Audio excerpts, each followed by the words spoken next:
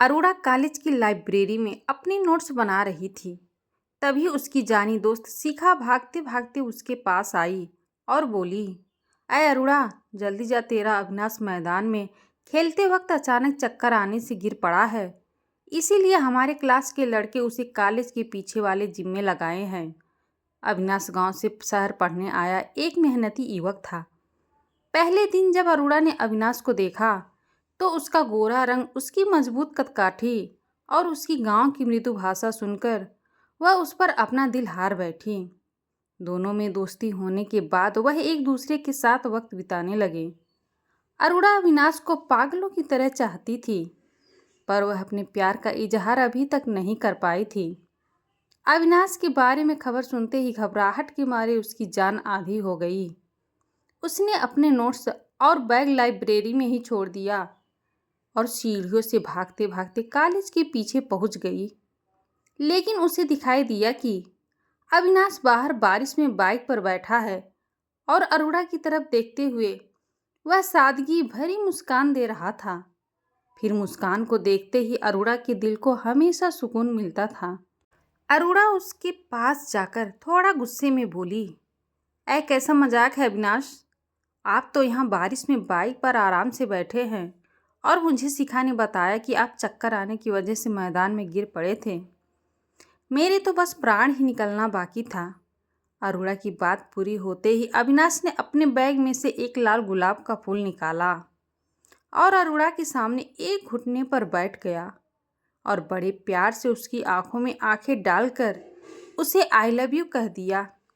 पिछले 3 साल से अविनाश ने अपने प्यार का इजहार सुनने के लिए बेकरार अरोड़ा की आंखें आई लव यू सुनते ही प्यार के आंसुओं में झलक गई थी। फिर अरोड़ा ने भी अविनाश के हाथों से गुलाब लेकर आई लव यू टू बोल दिया और कस के उसके सीने से लिपट गई। उस वक्त अविनाश को अरोड़ा के दिल की धड़कनें महसूस हो रही थी। फिर उसने भी उसे अपने दोनों हाथों से भी जी भर के गले लगा लिया। अविनाश ने अरोड़ा से अपनी सादगी भरे अंदाज में पूछा, बारिश के इस सुहावने मौसम में क्या तुम मेरे साथ समुद्र किनारे सैर पर चलोगी? अपने पहले प्यार के इजहार के बाद वो अविनाश को कैसे मना कर सकती थी। अरोड़ा राजी खुशी उसकी बाइक पर बैठ गई।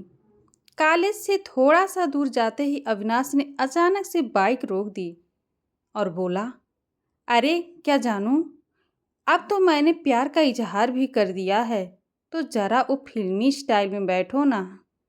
वहीं पीछे से कसकर पकड़ के अविनाश के मुंह से अपने लिए जानू ये शब्द सुनकर अरोड़ा का तो जैसे सपना पूरा हुआ था। वह बाइक से उतर के फिर से अविनाश के इच्छा अनुसार बैठ गई। रिमझिम बारिश में कुछ ही मिनटों में दोनों समुद्र के किनारे पहुंचे। फिर दोनों ने साथ मिलकर एक बड़े से पत्थर के पीछे बैठने की जगह ढूंढी, जहां कोई उनकी जिंदगी के प्यार भरे लम्हे में रुकावट न डाल सके। बारिश के मौसम में विशाल समुद्र के सामने बैठे हुए 2 प्रेमियों का पहला प्यार धीरे धीरे परवान चढ़ने लगा और वह दोनों एक दूसरे की आंखों में खोने लगे। फिर अविनाश बोला, तुम मुझे बहुत पसंद हो अरोड़ा। तुम्हारी झील सी सुंदर आंखें, तुम्हारे ये रेशम जैसी सुंदर जुल्फे। वह अपने एक हाथ से अरोड़ा के बाल संवारने लगा।